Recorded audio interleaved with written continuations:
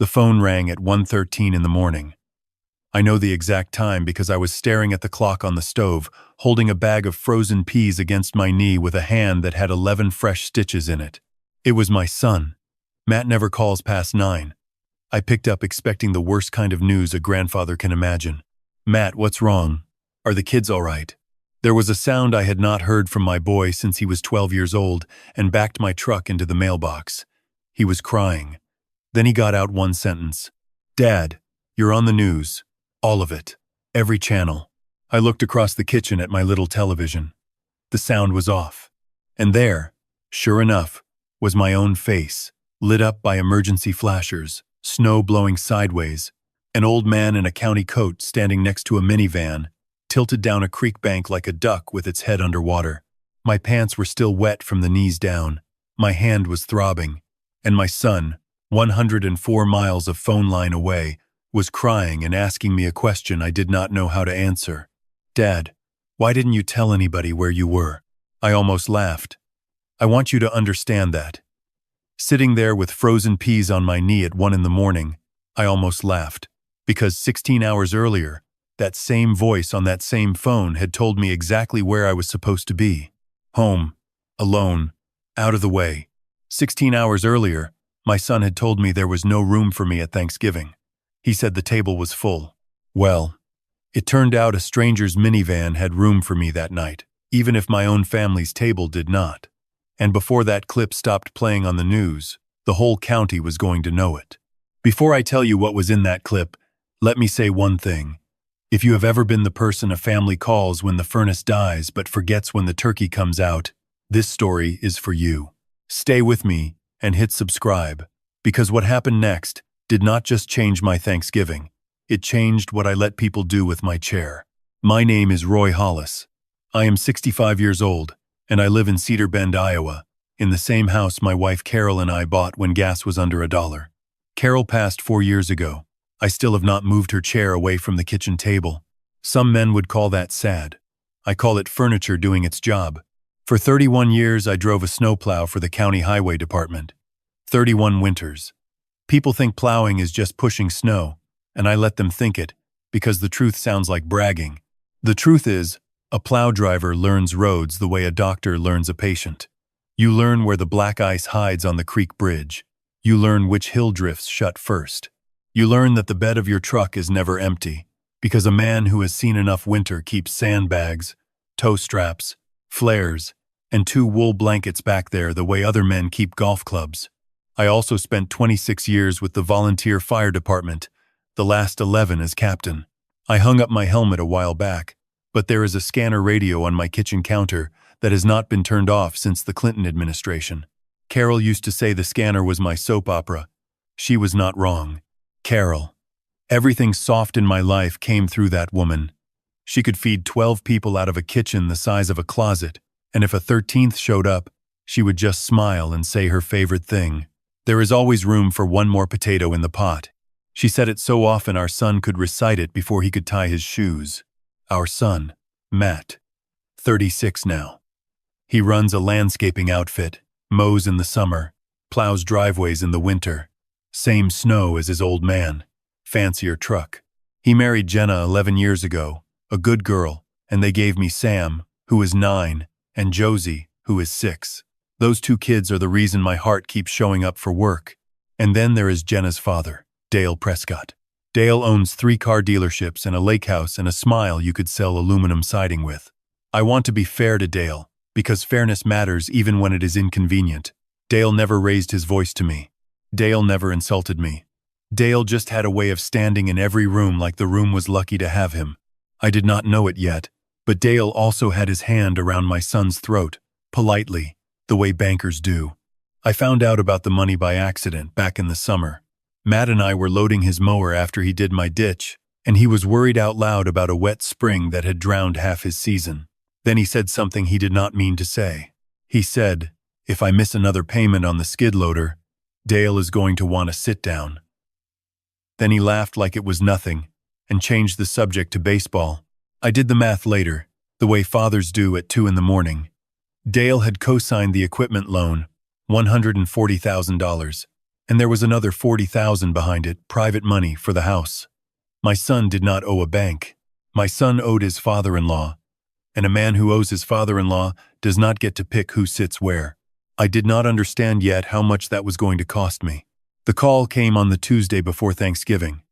I was at the kitchen table with a church bulletin and a cup of coffee, strong enough to file a complaint about. Hey, Dad. Hey yourself. What time Thursday? And how many pies am I bringing? There was a pause. A father can hear a pause, the way a plow driver can feel ice under the blade. You know before you know. So, about Thursday, Matt said. Dale and Sharon are hosting this year, out at the lake house. All right, I said. Lake house it is. I have driven in worse. Another pause. Longer. Somewhere behind him I heard Jenna's voice, low, saying something I could not make out, and I heard my son take a breath the way a man does before he jumps into cold water. Dad, here's the thing. Dale's got a big group. The caterer set the table for a certain number and, it's kind of a full table this year. I looked at Carol's chair. A full table, I said. It's just easier this way, Dad. Just this once. Dale's got clients coming, and it's his house, and honestly it's going to be more of a work thing than a family thing anyway. You'd be bored stiff. He kept talking. That is what guilt does to a man. It makes him generous with words. He told me they would do a makeup dinner sometime in December. He told me the kids would call me Thursday night. He told me 3 different ways that it was not personal, which is the surest sign in the English language that something is exactly personal. I said 4 things in that whole phone call.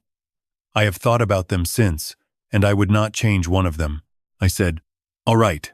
I said, tell the kids I love them. I said, you take the pies anyway. I'll drop them by Thursday morning. And when he tried one more time to explain, I said, Matt, it's fine. Some tables are full. Then I told him goodbye, and I hung up, and I sat in my quiet kitchen next to my dead wife's chair, and the furnace kicked on, and the scanner muttered about a fender bender out on Route 9, and I stared at that church bulletin for a long, long time without reading a word of it. I was not angry. I want to be honest about that, because this story does not work if I lie to you. Anger came later, in small change. That afternoon what I felt was older than anger. I felt like a snowplow in July, still running fine, just not needed. Wednesday night I did what Hollis men do when their chest hurts. I worked with my hands. I got down Carol's recipe box and found the card I could find blindfolded. Pecan pie. Her handwriting, faded pencil, a grease stain over the word butter like a thumbprint from heaven. I made 2 pies from that card. And I am not ashamed to say I talked to her the whole time. The way I talked to the roses she never planted because Carol hated roses. She grew tomatoes, and I talked to those instead. When the pies were cooling, I took a pen and I turned that recipe card over, and I wrote one line on the back of it. I am not going to tell you yet what the line said. That card was going in the box with the pies, and the line was not for me. Thursday morning came up gray and mean, the sky the color of an old nickel, the radio talking about an ice storm sliding up from Missouri for the evening. I loaded the truck, 2 pies, the recipe card tucked inside the box, a sack of little gifts for Sam and Josie. I had been squirreling away since October, and a coffee can of hard candy, because a grandfather without hard candy is just an old man. I drove out to Matt's place around 10. Their cars were gone already, headed for the lake. I carried everything up to the porch and set it by the door, out of the weather. And then I did something I wish I had not done, because some sights you cannot unsee. I glanced through the front window. Inside my son's living room, somebody had set up lights. Camera lights, on tall silver stands, the kind they use for filming. There were garment bags laid over the couch, and a printed sign leaning against the wall with a logo on it. Prescott Auto Group, holiday event. I stood on that cold porch with my breath fogging, and I told myself it was probably nothing. Maybe Dale was lending them equipment. Maybe it was for the kids' Christmas photos. A man can talk himself out of almost anything if the truth is uncomfortable enough. I had 30 years of practice. I got back in my truck. My breath had frosted a little circle on the driver's window, and I wiped it clear with my sleeve, and I drove away from my son's house on Thanksgiving morning with an empty pie box smell in the cab, and nowhere in this world I was expected. Except that was not quite true. There was one place. Every Thanksgiving for the last 9 years, The fire department has put on a free community dinner at the hall. Turkey, dressing, green bean casserole, folding chairs, no questions asked. It started for the folks who had nobody, and then it grew, because it turns out half the county has nobody, and the other half is lonesome for a crowd. I have peeled potatoes at that dinner every year since Carol got sick. This year I signed up before Matt ever called. Funny how the Lord schedules things. I spent the afternoon elbow deep in potatoes with men I have known since we all had hair. I carried plates for folks whose hands shake. I sat a while with a widower named Jean who tells the same story about Korea every year, and I listened to it like it was new, because to him it is. Sam would have loved it there. Last summer at the hall's pancake breakfast, I let that boy use my pocket knife to whittle a stick into a smaller stick, and he was prouder of that stick than I ever was of a paycheck. I thought about that boy all afternoon and did not call him, because his mother had said the kids would call me, and a man keeps agreements even when they are lopsided. By 7 the hall was clean and the storm had arrived. Freezing rain first, then sleet, the streetlights wearing halos, the kind of night I spent 31 years working. I said my goodnights and pointed the truck home, driving the way that road deserves, slow, both hands, headlights cut down against the glare. I was 2 miles from the creek bridge when the scanner opened up. Vehicle off the roadway, Cedar Creek crossing, occupants inside, possible children, county units delayed, trees down on Route 9. Now, I want you to understand something about a scanner call like that. It was not a summons. Nobody was calling old Roy Hollis. I am retired twice over. But I was 2 miles out, and the nearest engine was fighting down trees on the far side of the township, and the words possible children were sitting in that truck cab with me like a passenger. I did not decide anything. My hands decided. They had 31 winters of practice deciding. I came over the rise before the bridge and saw taillights where taillights do not belong, down the embankment on the creek side, a minivan nose first on the slope, back wheels still kissing the shoulder, the whole thing resting on a sheet of ice like a dinner plate on a greased counter. The creek below was up and moving. Black water, maybe 3 feet, which does not sound like much until it is under a vehicle full of your worst fears. Here is what a plow driver does, and I did it before I was aware of doing it. I did not stop behind them. I pulled past and angled my truck across the shoulder upstream of the scene, flashers on, headlights washing the bank, so that any fool coming over that rise would hit my truck before he hit those people.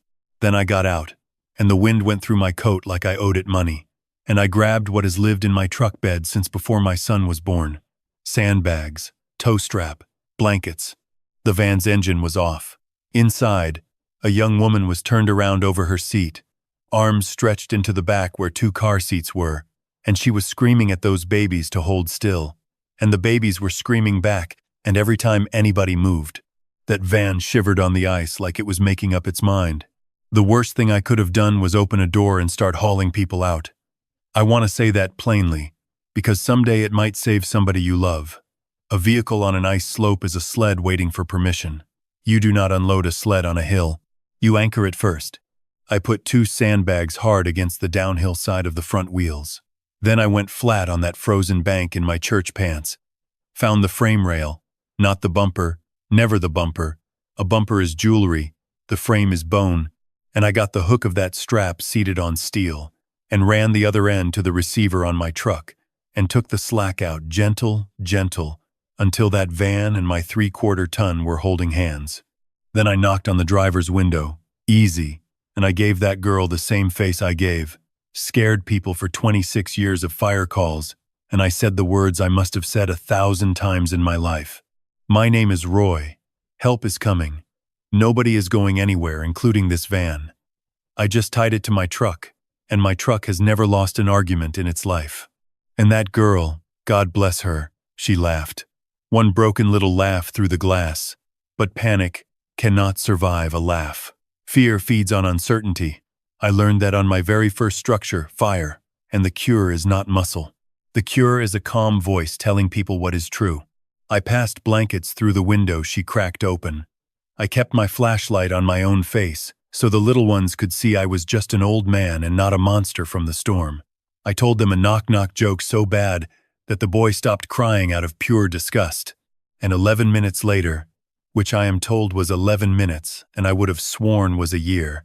The engine crew arrived, and they rigged proper lines, and they brought that mother and her 2 babies up the bank, one at a time into the light. The mother's name was Becca. 29 years old, driving home from a Thanksgiving shift at the care center, because nurses' aides do not get holidays. When her feet were on solid road, she grabbed my coat with both hands and did not say thank you. She said, "You stayed the whole time," like that was the miracle. Maybe it was. It was right about then that my dress shoes found the ice my work boots would never have trusted, and I went down like a bag of feed. Knee first, then hand, dragged across something sharp on the frozen gravel. A young medic hauled me up and looked at my palm bleeding through my glove and said, "Sir, you are my patient now." And I said, "Son, I outrank you." And he said, "Not tonight you don't." While he was wrapping my hand in the back of the ambulance, I noticed the camera. There was a news crew there. Not for us, not at first. They had been parked at the truck stop out on the interstate all evening, filming ice storm coverage. Plows and wrecker trucks and reporters in nice coats saying stay home, and when the sirens went by they followed, because that is their job the way snow is mine. A young reporter came to the ambulance door, asked if I was the one who tied off the van. I said the fire crew did the real work. She asked a couple of easy questions. I answered them half frozen and hardly thinking, watching Becca across the way holding both her kids at once like a woman trying to carry water in her arms. And then the reporter asked one more question. A soft one. A Thanksgiving question. "Is your family waiting up for you tonight?" Friends, I was tired. My knee was singing. My hand was stitched. And the truth walked out of my mouth before the doorman could check its ticket. I will tell you exactly what I said in a minute, because I did not think about that answer again until the whole state was repeating it back to me. The medic wanted me at the hospital. I wanted my recliner. We compromised, the way you do, which means I signed his form and drove myself home at 15 miles an hour. The house was dark. The furnace hummed. I put frozen peas on my knee and I must have dozed, because the next thing I knew the phone was ringing and the clock said 1:13 and my son was crying about the news, which is where you came in. That first call with Matt did not go anywhere good. Not because we fought, because neither of us had the right tools yet. He kept asking why I did not call him from the scene, and I kept not saying the true thing, which was, "Call you where, son?" "The lake house, in the middle of Dale's full table." We said goodnight like 2 men shaking hands through a fence. Jenna called next, 7 in the morning, and she was not crying, she was quiet, which from Jenna is worse. She said the kids saw the news before they saw the pies. She said Josie asked why Grandpa was on television instead of at dinner, and nobody at that table had an answer that worked on a 6-year-old. And then Jenna said, "Roy, I found the recipe card in the pie box." I read the back. I did not say anything. She said, "Does Matt know what it says?" "Not yet," I said. "It will keep." The third call, and I answered it for the same reason you poke a sore tooth, was Dale. 10 in the morning. Big voice. Dealership voice. "Roy, my man. Hero of the hour." That was really something. And then, smooth as new asphalt, he got to the point of the call, because Dale's calls always have a point wearing a nice coat. He said the clip was getting a lot of attention, and if any media wanted a place to interview me, the showroom had great lighting, and I should feel free to hand out his number. I swear to you, before he hung up, that man said, "I'll have Cindy mail you a few of my cards." He did too. They came Saturday. I put them in the drawer with the twist ties, because by Saturday, the clip had gone wherever clips go when they get loose. 19 seconds. Not the rescue. The question after the rescue. There I am in the ambulance door. Silver stubble, county coat, hand-wrapped, and the reporter asks, "Is your family waiting up for you tonight?" And the old man smiles the tiredest smile in Iowa and says, "Not this year. I was told the table was full." That was all. No names, no blame, no speech. The reporter's face does a little thing, and the clip ends. 19 seconds, and the comments came like lake effect snow. Thousands of them. And here is what got me. Most of those people were not talking about the creek at all. They were telling their own stories. Fathers who eat Thanksgiving at a gas station counter. Mothers who mail gifts to grandchildren they see through a phone. A trucker who wrote, I have been the extra chair nobody unfolds for 11 years. Loneliness after 60 is the one storm nobody covers, and for a few days in November, an old plow driver's tired sentence became the place where a whole lot of strangers finally got to say it out loud. I hated the attention. I would be lying if I said all of me hated it. The following week, a woman named Dana Whitfield from the county paper started calling. I dodged her for 2 days, then answered out of exhaustion. She said she was not interested in the creek. She had been interviewing people, the fire hall crowd, the church, half of Elm Street, and they all kept telling her things. That I have flipped pancakes at the department breakfast for 22 years. That there are 4 widows on the north end whose driveways get plowed every storm before sunrise by nobody, for free, for decades, and everybody knows who nobody is because nobody's truck is the only rusted green Ford in the township. Dana said, "Mr. Hollis, you spent 31 years clearing roads so other people could get home for the holidays. This time the snow cleared one for you." I told her that was too clever by half. She printed it anyway. And then the internet did the one thing I never asked it to do. Somebody found Dale's holiday commercial. It had gone up that same weekend, filmed partly in my son's living room, those silver light stands, the whole crew of them in matching sweaters around a table long as a bowling lane. Prescott Auto Group, family is everything. And somebody put that commercial side by side with 19 seconds of a wet old man saying the table was full and they did not need to add one word of commentary. The county did its own math. Dale's dealership page shut off its comments by Tuesday. I want to be honest with you about how that felt, because this is where a storyteller usually lies. Part of me sat in my recliner feeling something warm and low and not entirely Christian. And another part of me thought about Sam and Josie with their last name attached to all of it. And I did not feel warm at all. Both things were true at once. That is people for you. In January, the invitation came. Heavy paper. The county was holding its Everyday Heroes dinner, honoring folks from the storm season, and my name was on the list. And I tried to decline twice and learned what I suspect you already know, which is that once a county decides you are a hero, your vote stops counting. Then Dana called with the kicker. One of the sponsor tables at that dinner had been bought months back by Prescott Auto Group. So on a cold Saturday in January, I put on the blazer I bought for Carol's funeral, and I drove downtown, and I walked into a room full of round tables and name tags, and the first thing I saw was my whole family standing near a banner with Dale's logo on it. Matt, Jenna, the kids, Dale in a suit the color of money. Sam spotted me and came across that room like a bottle rocket and hit me at belt height, and for about 4 seconds the whole winter was worth it. Dale came over too, shook my hand for slightly too long, and I felt something pressed into my palm. I looked down, a business card. At a hero's dinner, standing next to my stitched hand, the man dealt me a business card. You almost have to admire it, the way you admire weather. They gave out the awards one by one. Teachers, a crossing guard, 2 paramedics who deserved the whole building. Then the host, a fellow from the radio station with a good voice and kind eyes, called my name, and the screen showed the picture from the creek bank, and the room stood up, and I walked to that stage on a knee that filed a formal objection at every stair. The host asked the easy ones. How long with the fire department? What is in the truck bed? I got a laugh with the sandbags, and then he looked at his card, and he looked at me, and he asked the question they always ask. Roy, looking back on that night, what was the hardest part? The room went quiet, and I am going to stop right here and say it. If this story has its hook in you, the way that question had its hook in me, do me one kindness before the next sentence.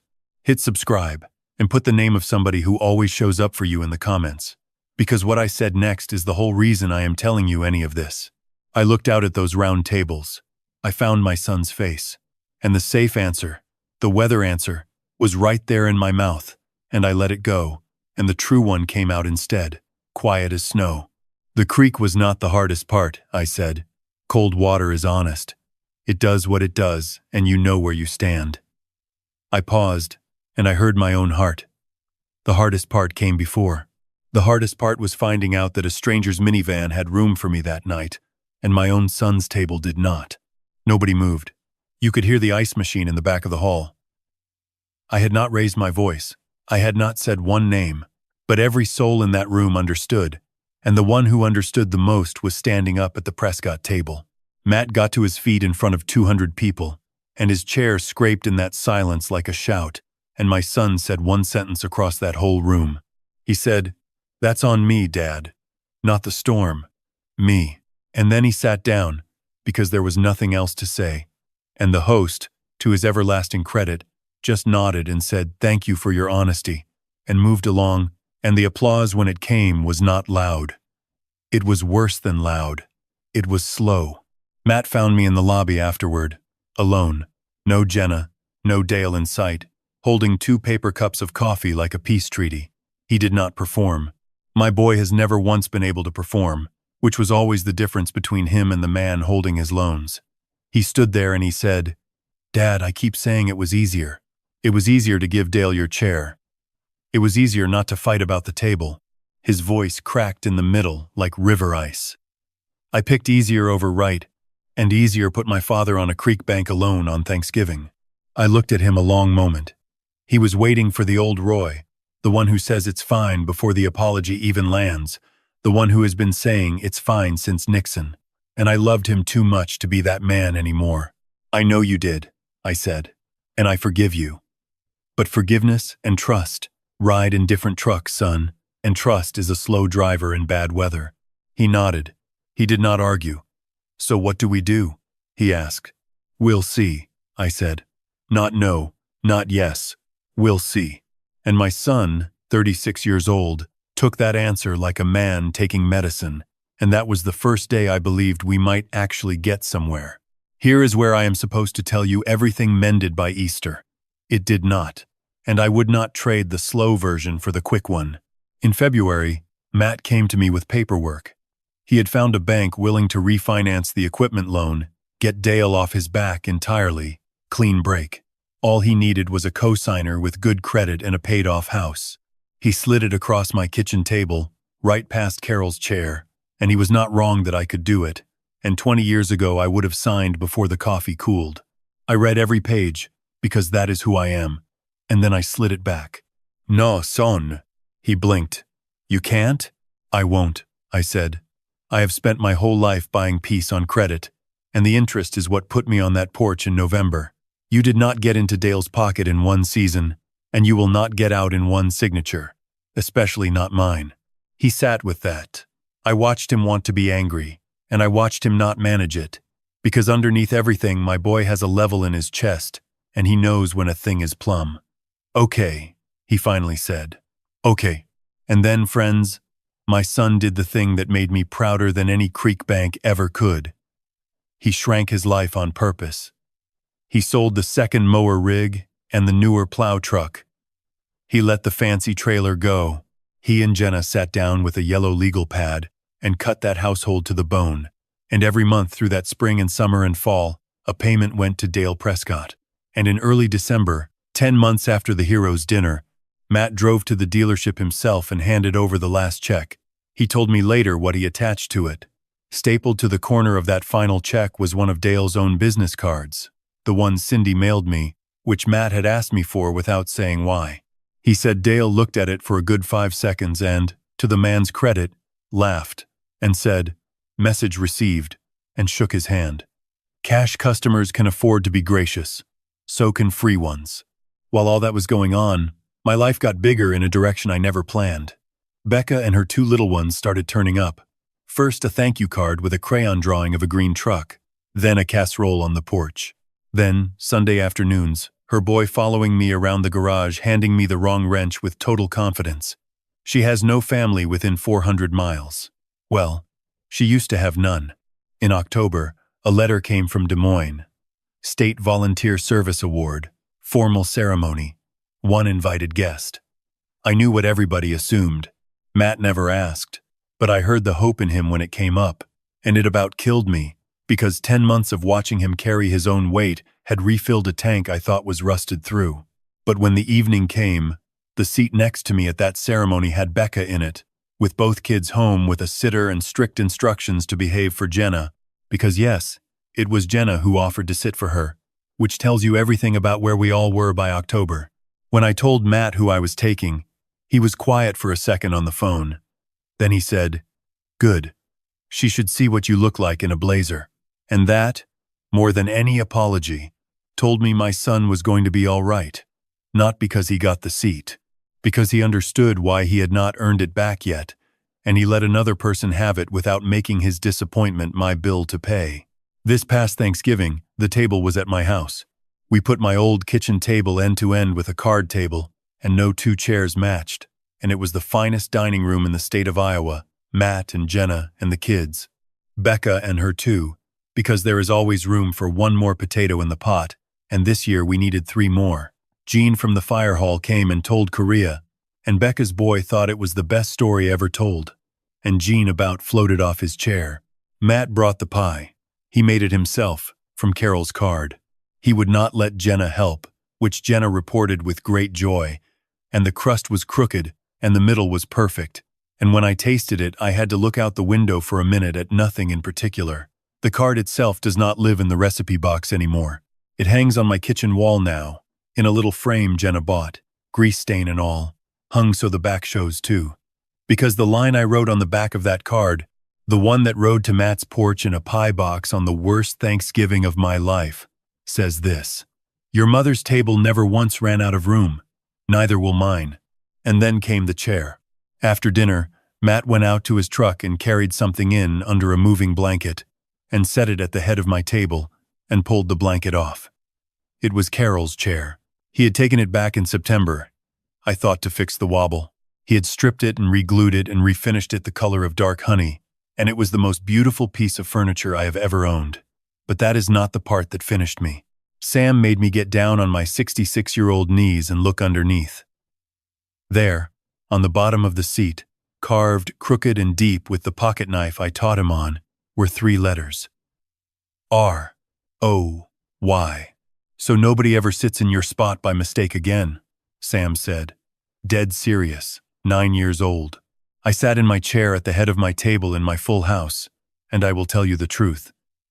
I did not think about the creek, or the clip, or the awards, or Dale. I thought about a woman who fed 12 out of a closet and always found room for 13. People ask me sometimes if I ever got an apology that made it all worth it. That is the wrong ledger. What I got was better than an apology. I got a son who paid his own debts, a daughter-in-law who hangs grease stains in frames, a spare family that came up out of a creek, and a chair with my name on it where nobody can see, which is the only place a name really counts. So here is what an old plow driver will leave you with. Love your family with the whole pot, but do not let anybody convince you the table is full. A table is never full. A table is only ever arranged, and you are allowed to notice who did the arranging. If somebody has folded up your chair, stop begging for it back. Go be useful somewhere cold. The right people will find you by your flashers. And call your father. Not Thursday. Today. Tell him there is room. If this story reminded you of somebody, share it with them before the holidays do it for you. And if you want more true-to-life stories about family, second chances, and folks who refuse to be seated in the hallway of their own lives, subscribe and join me for the next one. Take care of each other out there, and keep sand in the truck.